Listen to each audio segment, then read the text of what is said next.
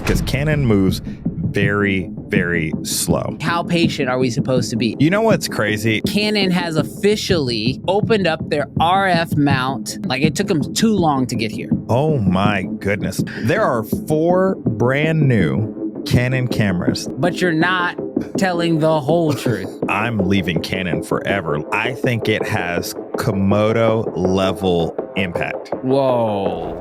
Good night, Sony. What's good, Creative Fam? Brandon Washington here, and welcome back to another episode of Uncensored. You know, I really love this time of year because I feel like post NAB, the companies are starting to fight. Like, this is probably like the best time of the year to be a videographer, filmmaker, content creator, whatever, because it feels like we are in the thick of it. And I can't be more excited about it. As you guys know, today we got a lot to talk about. Canon, who seemingly did nothing at NAB, has decided to come back and reflect and start sprinkling some nuggets out there that, no, we're not out of the game yet. We still got some more stuff to talk about. Also, we also have to look at some of the rumors, some of the stuff that Canon hasn't officially dropped, but we do see on the horizon. And then, of course, I want to talk about the future of gear. I mean, I want to know where it's going. What does Nikon got coming? What does Sony have coming up? Because we know Sony's going to drop at least 50 cameras this year. It's going to be a wild 2024.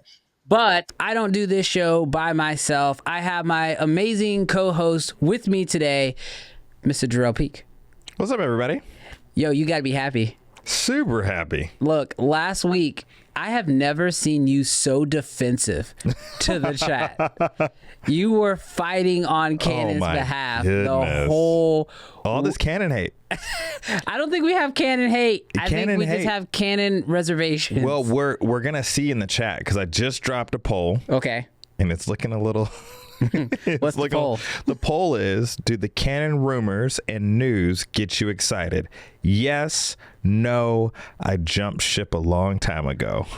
What's our current playback? Oh, it's 100% right now. 100% what? 100% excited. 100% excited. How many votes?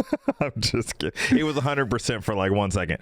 We're positive. We're real positive. It's 56%. Excited? Okay. 39% no. Okay. 6% I jumped ship a long time ago. I need to go vote. Do you Well, if you're going to vote, I'm going to vote. We'll just offset each other's votes. But what's good? Let's check out, what are people saying right now in the chat? What are you guys thinking? Are you guys excited about all this Canon news? Yes, no, maybe look so. Look at this from Michael. I think currently the RF and Z mount are about neck and neck in respectable lenses. You know what? I'm going to disagree. And not in the way that I think most people are going to think. As you guys know, I do love my Nikons. But when it comes to lenses, I feel like Nikon lenses are just so big. Like, have you shot with the Nikon 85? I just don't understand why a mirrorless lens has to be that big. Hot take. I really do feel like the Canon mount, the RF mount, it is something special. But the Z lenses, they're so big. And I'm just like, man, hopefully Nikon can continue to upgrade their lenses. And it's like, you guys know, this is uncensored. So I just tell you how I really feel. And I really hope that those lenses get a little bit better. Or we figure out a way to make, and this is what's so interesting about the Nikon mount. The Nikon mount actually, with the right adapter, can actually mount on Sony lenses. So as I'm saying this out loud, and I'm, again, uncensored, this is all coming off the dome. Maybe if the Nikon mount becomes the mount that is the most universally usable, like you can put Sony lenses on there. I don't know if you can actually ever put RF mount lenses on there, but if there's a way to make that one more, universal, anything can swap to it, that would be really awesome. But as of right now, I personally think that Canon's RF mount might have a little edge to it. And it actually has a lot to do with the new news. Did you see the new news? I did see the new news. How's that make you feel? I think here's the tough part, right? because I'm a realistic, I don't even want to say fanboy, but I'm a realistic Canon fanboy in the sense that news be dropping all the time about Canon that just be making you feel like, oh, this is going to be so dope if it trickles down into other cameras or when it happens, because Canon moves very, very slow. I think they would call it methodically. Yes. We were talking about this before, but it kind of feels like Apple, never first to the party, but when they show up, hopefully it's a banger. Hopefully it's a banger. I thought you were gonna be like, it's a banger. It's not. Sometimes it's not. The one thing that I am the most excited about, the news that did come out, was that Canon has officially opened up their RF mount, sorta. Yeah, to a few people. Well, and for a few cameras. Yeah. They've opened up their RF mount to some third parties, and this is the place where I thought Canon missed the mark so early on. Like, it took them too long to get here. Yeah. Like, the one thing that makes Sony so obtainable, one, is they have a bajillion cameras. Yeah. At like every $50 price point, it feels like, right? Like, oh, you got 50 more bucks? Buy this one. You got 50 more bucks? Buy this one. Yeah. But they also had Sigma for lenses. They had Tamron for lenses. And then when they first came out, a lot of people, myself included, were adapting Canon EF lenses to them using like a Metabone speed booster or something like that. And so the benefit of switching to Sony was you had a ton of lenses to choose from, and you didn't have to invest a whole lot out of the gate just to get started. And that's one thing that now Canon has sort of opened up, is the fact that with Sigma, and then I think there's like one lens with Tamron. Yeah. That you can now put these Sigma and Tamron lenses on your Canon cameras using the RF mount. But the downside is it's only cropped lenses. And they only work on crop sensors. So like your R7. We're slow moving. Yeah. Hey, look, methodical. Slow moving. Slow. It feels like kind of who knows? But it kind of felt like a little anti-Canon, because I feel like when we're talking about the DSLR days, the Rokinons, the Tamrons, the Sigma, like all those lenses, like I have some non-Canon lenses. And then when they dropped, because I feel like there was a time where people developed RF glass, and they're kind of like rare. Like when the RF first dropped, the mount first dropped, some people made some stuff, and then all of a sudden, would they start suing people?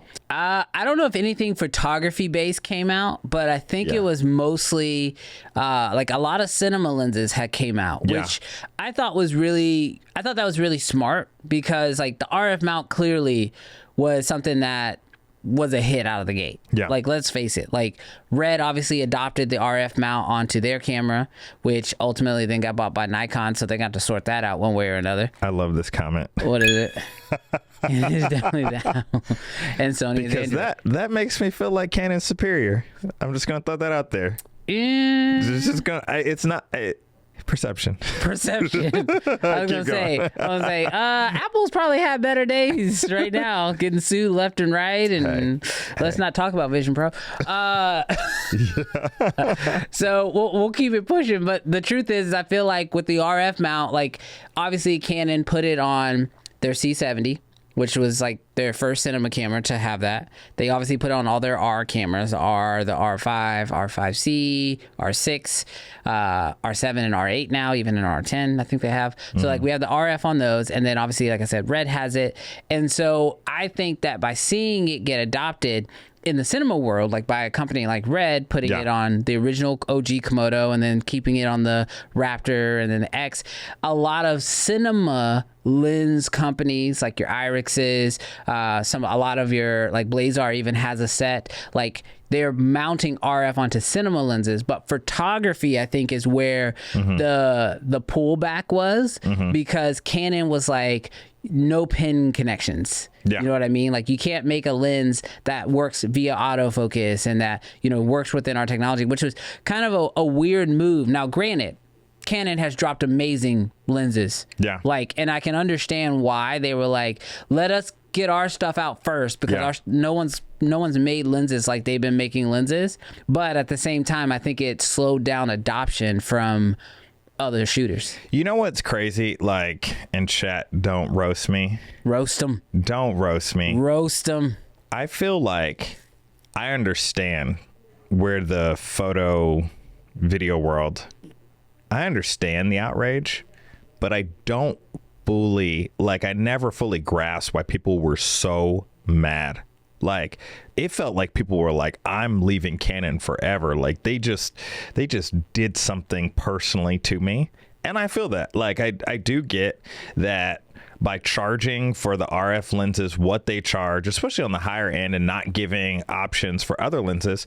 But it's just always like anything. Like, if you come upon a YouTube channel and you don't like their content, go to another YouTube channel. I think that's what happened. I think that's why Sony's so big right now, because people didn't like what Canon was doing. They that's what I'm saying. I don't understand the outrage. Like, there was like, you took my firstborn, and it's just like, just keep it moving. Keep it moving. If you don't like it, then like, I think it's more of a buying into a system. Like, I tell most people, like, I get the question in my DMs on a constant basis, what's the best camera I should buy? And they're like, you know, it's normally like the big three: Canon, Nikon, Sony, right? Now it's just big me. But like, it's normally like, I'm like, okay, well, you know, depends, budget, blah, blah, blah. Do you want to go cinema? Like, there's so many follow-up questions, which is honestly one of the reasons why I don't like that question, because there's too many follow-up questions that can lead you down the wrong rabbit hole. But what I find is that most people, they try to pick a ecosystem. Mm-hmm. And they want to live in that ecosystem, but they also are kind of like buying into not just what the ecosystem is today, but they're buying into what that ecosystem is going to become. Mm-hmm. And they want to make sure that their investment in that ecosystem is going to keep them ahead of the competition. Because let's face it, like, yes, you are buying, you know, let's say you buy an R5 right now. You get really good with that camera. You like that camera. You've got lenses for that camera. But Sony's coming out with new stuff. Nikon's acquiring everybody and their mama. Like there's all these different moves happening, and you're stuck in your ecosystem saying, gosh, it would be real nice if we got something, because you understand that to switch ecosystems means not only are you selling off your camera, but you got to sell off all your lenses, and then there's like a learning curve. So I feel like that's where some of the heat comes from. As like someone like myself who was primarily Canon, like Canon DSLR days, Canon all day. Never even really, like, I'm not one of those people like, my first camera was a Nikon. Like, no, it wasn't. Like, my first, like, I started with Canon because Canon focused on video in the actual DSLR days. Yeah. I felt that pain that you were talking about, where it was like, okay, everybody's getting cool mirrorless cameras, and we got a 90D. Like, why are we getting more DSLRs at this point? You know what I mean, Brandon? And you just gotta like drink the water. Drink the water. There was no water. That was my problem. You gotta drink the water and just imagine it's Coca-Cola. Dude, there was no water. There were no mirrorless cameras. And then when they did give us a mirrorless camera, it was the R, and I was just like, yo, what are we doing here? You know what I mean? So I feel the pain of the people, but at the same time, it's like, this is very reminiscent of the Apple discussion of like their antitrust deal, and like people just being mad that they've made a really large walled garden. And I do get it. I'm just like, it's like tough for me, because I feel like with Canon, maybe it was because I just believe that the 1DX was just better than the original mirrorlesses that they came out with, the R and the RP. But I just kind of felt like I'm not clamoring to jump to mirrorless, but once I finally did jump to mirrorless, I realized it was far superior. So like, I didn't have that same growing pain. I had that like elitist pain. Well, speaking of pain, Scott says Canon's moving pretty slow these days. Maybe they should take some Advil. Hey, I'm glad that you're on here, Scott, because Canon has some exciting rumors. We're going to get to the rumors in just a second. Kevin says, after after I bought my C300 Mark I, I really expected Canon to continue the rise in the cinema field. And I think that's it. I think they're it's going just, to. Don't lose hope. We're going Don't lose hope. The problem is, like, how patient are we supposed to be? Especially when you see other people moving. You know what I mean? Like, that is one of the things, like, it just makes it tough to stay a fan. I'm not saying it's impossible, but, like, it's tough when, like, it's almost like when you're sitting in traffic and your lane's not moving and all the other lanes are moving past you, and you're like, I know we're all going in the same direction and we're probably all going to get there roughly about the same time, but it just feels real bad when I'm sitting still and everybody else is moving past me. This is what you can cling to, my Canon people. What do you got? Well, the poll, number one, you can cling to that 51% of the people on here are excited. But the second thing you can cling to is you can cling on to that RF glass. Okay, I know that we've been talking about there's more people coming to the party, but if you shoot RF glass, it's incredible. It is. Undebated. You can also cling to autofocus in the R6, R3. Okay. Good. It's good. R6 Mark II. Real good. Like, I don't know that I would say better than Sony, but I would say real good. You can cling to those things.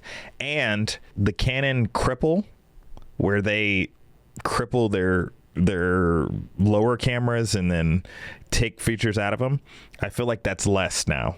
Like, so for instance, I don't think they can anymore. Yes. We're getting C-Log, we're getting waveforms, we're getting, I just feel like they're giving stuff to their lower end cameras that we can all be excited about. So stop thinking about all the other stuff. Well, hold on, because you made me just think about something else. Given you. So what's the poll again? What's the poll again? 51% of these people on here, 54% of these people on here are excited. Yeah, so here's my thing. I think you did what Canon does, and that is they shift your attention. Because I know exactly what you did. See, you split the poll into three options. I'm going to change your mind. You split the poll into three options. You have excited in one, and then you split the other two. Oh, no. I mean, I didn't do it on purpose.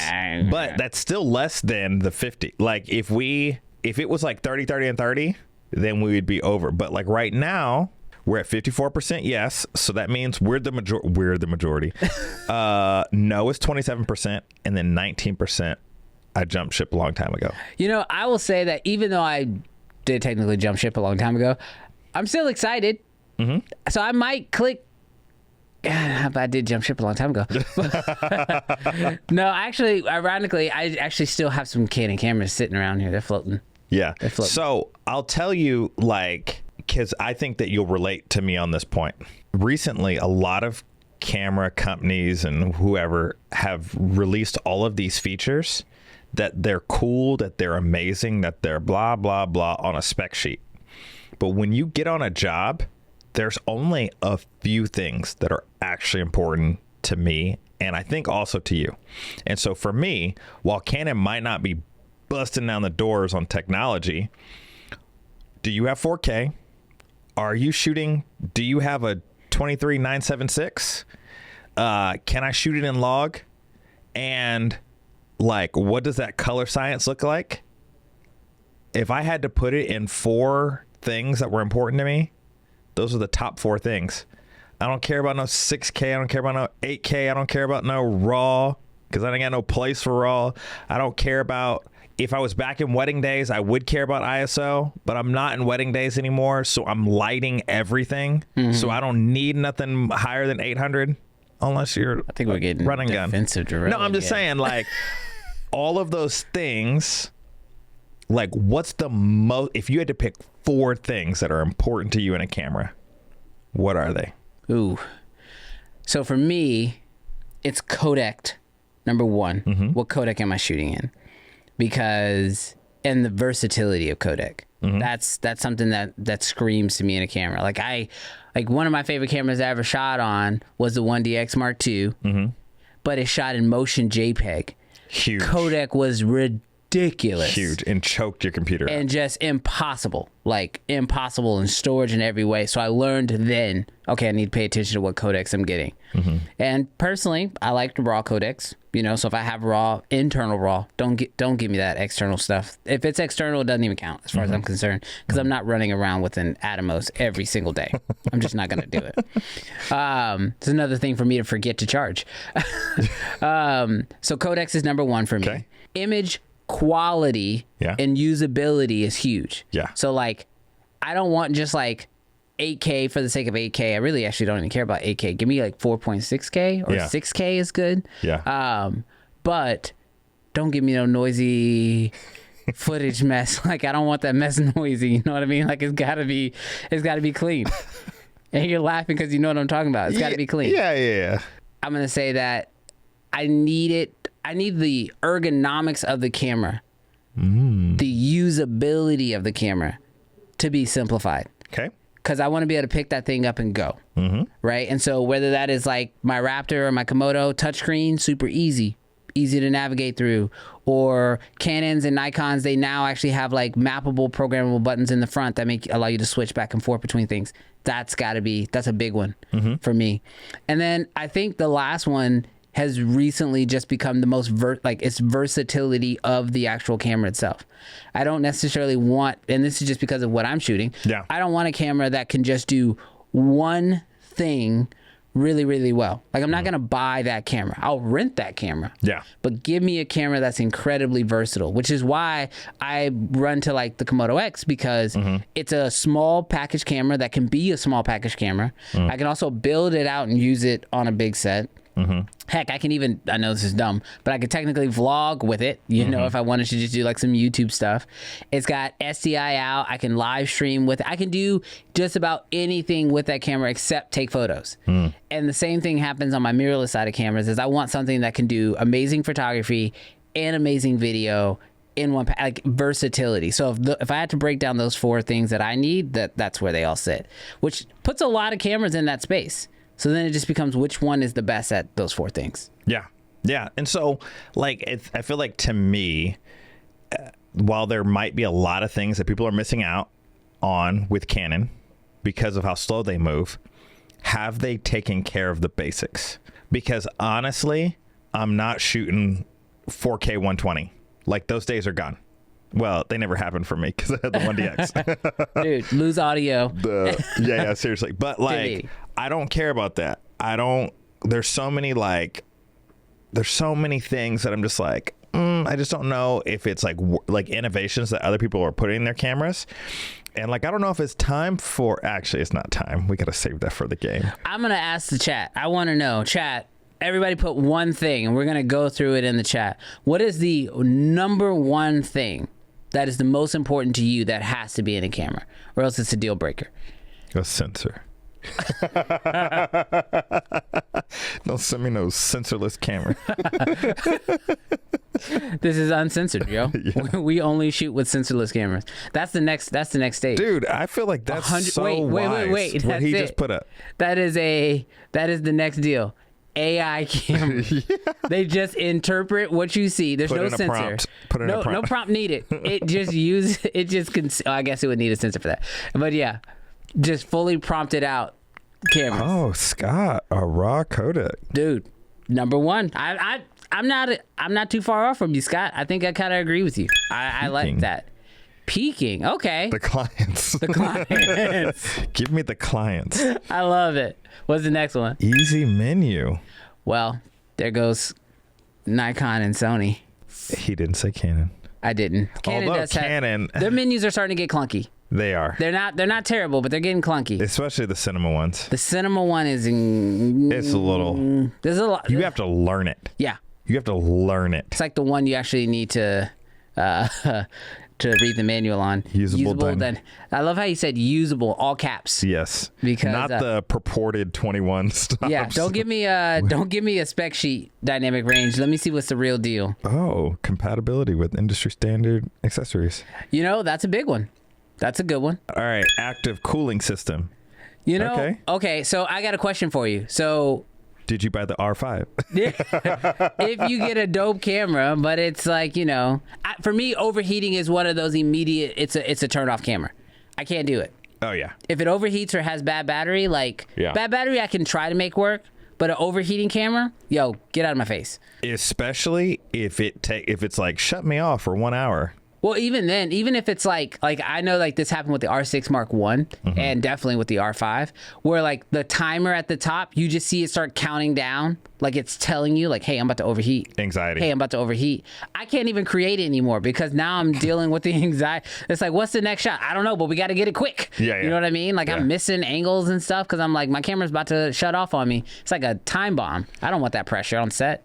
Alrighty. So what's the Canon news? So the Canon news that we're going to cover today is they've opened up the RF mount, which we just were talking about. So definitely go and check that back out. But there's been also some new developments that are really exciting. Yeah, so I wanted to pull this up because I don't, like, obviously this is not coming from us. We have no insider information. I was like, Brandon got graphics? No, I ain't got no graphics. No, I just wanted to pull this up. So this is what was reported on Canon Rumors, which has been, they've hit quite a few times. Oh, yeah. Well, and we're to the point where it's not necessarily a rumor anymore. It's like certain things have like actually been filed with the FCC or the ACC or whatever they are. Yeah. So what we're looking at now is we have 2 EOS R cameras, and just the other day, April 19th, they actually filed for their second, which I was actually surprised by, their second cinema camera. There was so much hate last week. Look, it wasn't hate, it was skepticism. So much skepticism. Hate. There are 4 brand new Canon cameras that are going to be dropped really soon, because by the time they have to, that is like the most like you got. I was like, man, you're getting really specific. What do you know that I don't know? Seriously. Well, by the time they do their FCC filings, like it's like they're really close, like because they have to register with the I'm talking like I know, but they got to register with the government before they just drop something. So by this point in time, the announcement has to come pretty soon. Yeah, I would imagine they're very close to like the camera just fully getting leaked at this point. So we gotta be seeing something here pretty soon. Yeah. So we know, quote unquote, we know that we're gonna see an R1 flagship camera. Hot take. It's going to be better than the A1. Oh my gosh. Okay, hold on. I'm not ready to go down better that than the A1. I'm not ready to go down that rabbit hole Sorry, yet. Sony's. So we know we're going to get an R1. Yes. We think we're going to get an R5 Mark II. Yes. Which we're pretty confident on. Pretty confident, just because the R5's pretty old. Yep. They've already refreshed it with the R6 Mark II. Yep. And they both came out at the same time. I was really surprised we didn't get both those refreshed simultaneously. I think they cannibalized each other. Like too much. When they first came out? When they released both, yeah. I think Canon learned and was just like, we can't do both. Yeah. Like we need to do like 1 and 2, because I might pick up the R5 Mark II, where if they dropped at the same time, I don't know that I would have picked up both. Gotcha. I got you. So we're sitting on R1, R5 Mark II, and then 2 cinema cameras. Now, I have no idea what these cinema cameras could be. I would assume, with the C70 being probably their most popular cinema camera that they've released probably in a decent recent amount of time, and it already has the RF mount, I would assume we would see some type of C70 Mark II, maybe a C80 that's full frame. I know that's what you were talking about last week. But what if they just give us a C900 and they just go the complete opposite direction and they go big, full frame, big. If they do a C700 Mark II, I'd be so mad. And we made this camera for Hollywood or whatever. Yeah, or like a C900. Now, I'm telling you, I think it has, fanboy, whatever. I think a C70 Mark II, or calling it a C80 or a C90, I think it has Komodo level impact. Whoa. Komodo level impact. OG Komodo level impact? OG Komodo level impact. Okay, in the fact of mass adoption really quick. Yeah, I'm not saying it's going to be better. I'm just saying that like the Pixis, give us the camera that we've been waiting for. Give us a full frame. Give us SDI. Give us, you know, I mean, I'd take 4K, but it just feels like that's like a little like dated. Give us like 6K raw, and don't give us nothing else. Give us better. Oh, no. Take that back. Take that back right now. Give us better autofocus. See, I feel like do not live at those internal indies. See, like I feel like that's my issue with the C70 is I feel like at the $5,000 price point, if they're gonna update that, I don't think they're staying at $5,000, $5,500, whatever. They could go up to $6,000. They could go up to $6,000. I don't think you're getting SDI, full frame, and better autofocus for an extra $500. I just don't think. I'm saying SDI for like the cinema people. You could care less. No, I would love it. I fully love SDI, but if I'm being honest, I ain't got no SDI accessories, so I'm good. You can put HDMI in my C90. He said, give us 2 versions. Scott says C70 in many ways is better than Komodo, but if no GS, what is that? Global shutter. Oh, it will never have Komodo impact. That's not what he said. He didn't say never, but never sounds better.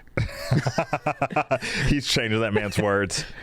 I'm abbreviating. Global shutter. Global shutter. Do I care about the... Look, I don't think that you necessarily care about the global shutter. I'm the common man, Brandon. I know, but I think the global shutter is what helped make the Komodo have the impact that it has. Oh, disagree. The red name at the price point gave Komodo the impact. I will die by that because I feel like I aspire to shoot red. So honestly, when red started creeping down, what was their like $10,000-$12,000? Was it the Raven? The Raven. But that was 15. Yeah, 15. Like when they started getting in that range, I was like, oh snap, it might be a possibility. So I feel like when red released, was it 6 or 5? 6. 6. When they released the Komodo at 6, it was like, this is attainable. They could have been like, it shoots 2.5K. And I wouldn't have been happy about it, but I just would have been like, man, this is attainable now. So I do think that the global shutter may have become its best asset, but I think its name on an affordable camera, I think that's what made it go through the roof. And that way, I don't think that Canon will ever reach that frenzy, but I do think for the working man, a full frame, give it to me. You're not the only one. Facts, name, and price point. Now, we ain't never getting... Well, actually, new rumor. What's this new rumor? New rumor. Canon has developed a global shutter. Okay, hold on. They have That's not the same thing. That is not the same thing. They have. It's facts. I didn't say with what. Okay, you're telling the truth, but you're not telling the whole truth. So yes, in case you guys did not hear, Canon has developed a global shutter sensor, but it's not... And within the next 10 to 15. Oh my God. years. In the next 10 to 15 years, we might see it in an affordable camera. Yes. Yes. I mean, currently, if you look at the landscape, you have the Sony A9 III global shutter. And then you have Komodo X, and Raptor X. Those are only global shutter cameras. And I would not call any of those cameras affordable. Like, I know affordable is a very broad term, but I would not call any of those cameras affordable. So even if Canon is coming out with a global shutter, I don't see that making its way into a affordable camera anytime soon. If anybody's going to probably put a global shutter in an affordable camera, I think it's going to be Sony or Nikon. Those are going to be the two. And then Canon will show up 4 or 5 years later, and then all the Canon people will be ecstatic. That's what's going to happen. All the Apple fanboys will rejoice. Yes, when they can finally move their apps around their screen. Look, I'm an Apple fanboy. I'm not leaving that garden. But I am not gonna lie. I look around at Android. I'm like, man, that's cool. Your phone's full. That's your problem. You got to stop looking, bro. No, that's the solution. So if you're a Canon fanboy and you're feeling a little bit behind in your cameras, just stop looking at what everybody else is doing. That's genius. I love it. This is the deal. Michael said this. Rolling shutter is a feature of your camera. What? I changed his words. That's as is. Canon is selling it as a feature. I don't think so. It's more real to life. I think that's the exact opposite. I mean, if you love Jello, You didn't see if that monitor was straight when you were. Everybody's in their house right now. That's my head. Oh my god. Do I see rolling shutter in real life? Alrighty, so to recap, new RF lenses. No. To open up, not new RF. Oh, but they have dropped some new patents for lenses. Yep. So, but opening up the RF mount. Yes. 4 brand new cameras launching in the next 1 to 2 years. Who knows? Just giving them space. 4 cameras will be launching. Giving them some space. Giving them a lot of landing room. Look, I'll open it up for you. Canon makes cameras. There you go. Canon makes cameras soon. Global shutter. No, that's not news.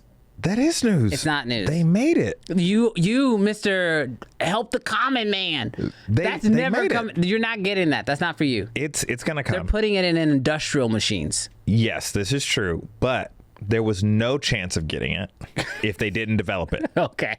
It's been developed now. Got it. And so at least we can dream. Dream big, bud. And then was that it? Yeah, that's it. That's all Canon be doing. Okay. And none of this showed up at NAB. That's all. And none of this showed up at NAB. I'm sorry. 4 cameras, opening up the mount, and global shutter. They did a whole lot of massive. nothing. That's massive. They haven't done anything yet. Exactly. Yet. Yeah.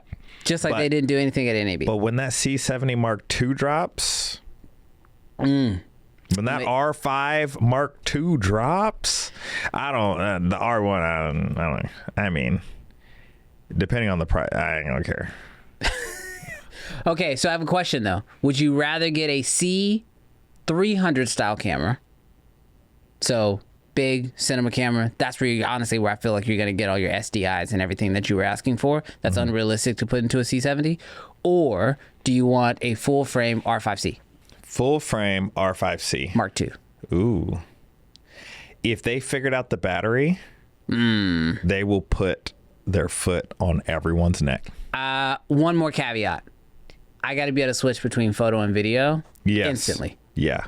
Instantly. Yeah. I don't need 5 seconds and then you send out an update and do you think if they learned, like, do you think it was laziness is such a deep word, but do you feel like they just didn't want to make a brand new menu system? I think they missed a mark with the R5C, and I owned that camera for like almost a year, and I wanted to love that camera so much. I think they missed the mark when they didn't allow you to just shoot video in the photography side of it. I think that could have fixed that camera 100%. You could have moments where you were on the photography side, and you could, because like they already have a menu system for video in the that R6 OS. does that now, and it's not quite the same, but while you're in photo mode, you can shoot video. Right. So all I'm saying is I should be able to set that up. So if I'm taking photos and I need to instantly grab a quick clip because something's happening right in front of me, I should be able to do that. And then if I need to be like, have more full range of my settings and all that stuff, then yeah, I can switch over into cinema mode and I'll wait 3 seconds or whatever. That fix alone would have made the R5C an amazing camera, because from my understanding, when I spoke with Canon about that camera, it wasn't just video killing the battery, but it was the actual operating system itself in the cinema mode that would kill that battery. Yeah. So like if you stayed in the photography mode, like there were multiple times where I was in the cinema mode and the battery would die. I would switch my camera into photo, turn it on, I'd have 2 notches. Yeah. So it was clearly just a software thing. And so if they could bring that, they could add that feature in. Honestly, I don't really need too much more. Just throw whatever else I guess you're throwing in the R5 too. But yeah, I think that would solve that issue 100%. If we could get to like, I'm going to give them too much grace because I want more than 60 minutes.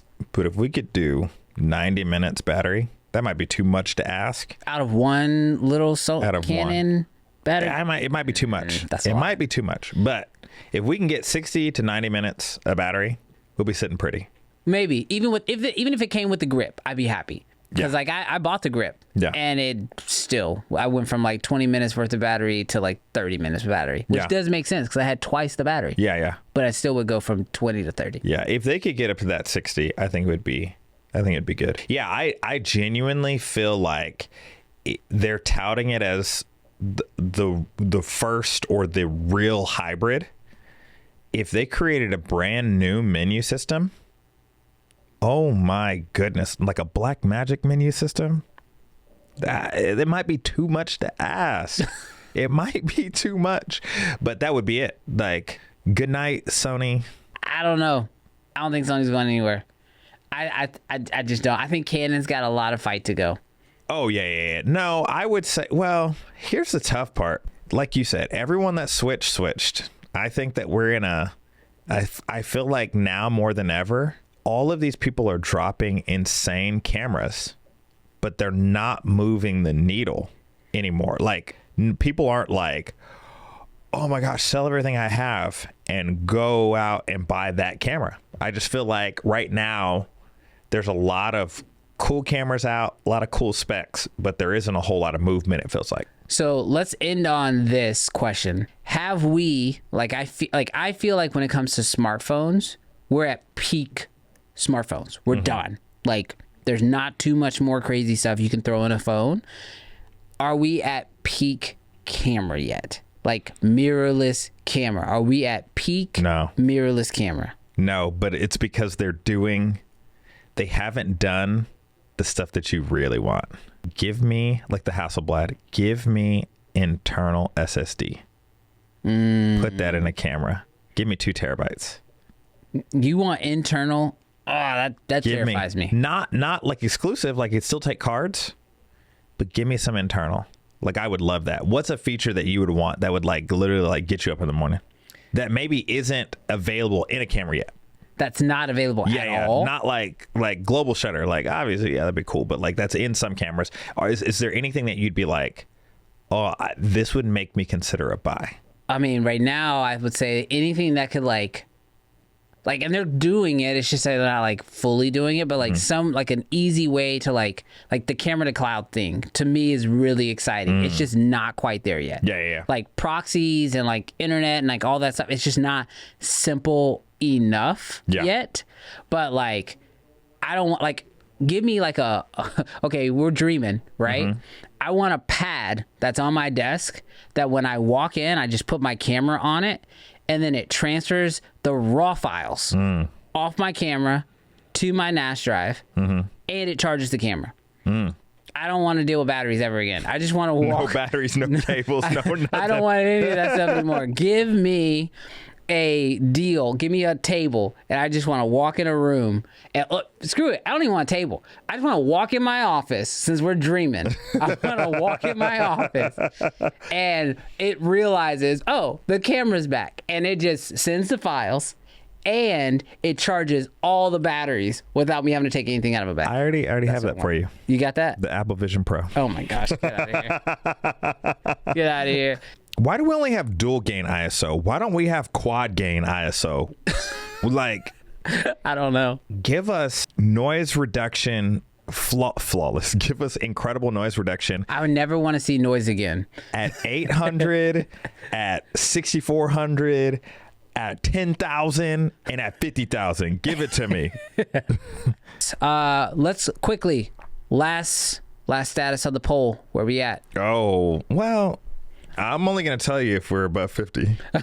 I'm going to vote first. I didn't even need to vote. I'm rounding up to 60%. So it's 58. 56%. 50. You gonna round up 4 Anything points? over 5. Oh my gosh. 56% of the chat is excited about the rumors in the news. You're welcome. That's because I put Canon in the 29% is not excited. But hey, even hate, it puts the stream out even further. So we're glad that you're here. And jump ship, only 15%. That's good. That's out of 89 votes. It's not a lot of votes. That's not a, well, that's good. That's all good. good. That's good. Well, chat, thank you guys so much for tuning in for another episode of Uncensored. Before you guys get out of here, do us a huge favor. Hit that thumbs up button. Also, My man Larry, I heard all the news and he was like, not excited anymore. We de-excited that man. he was like, I'm out. No, I mean, we got realistic about it. But yeah, hit that thumbs up on the way out. And if you haven't, by any chance, hit that subscribe button yet, you absolutely should. So that way you're notified every time we go live and when we release new videos. And as I mentioned, I got a short film that'll be coming out really soon. So I'm excited about that. But thank you guys so much for checking out this episode of Uncensored. And we will catch you guys next week. Peace.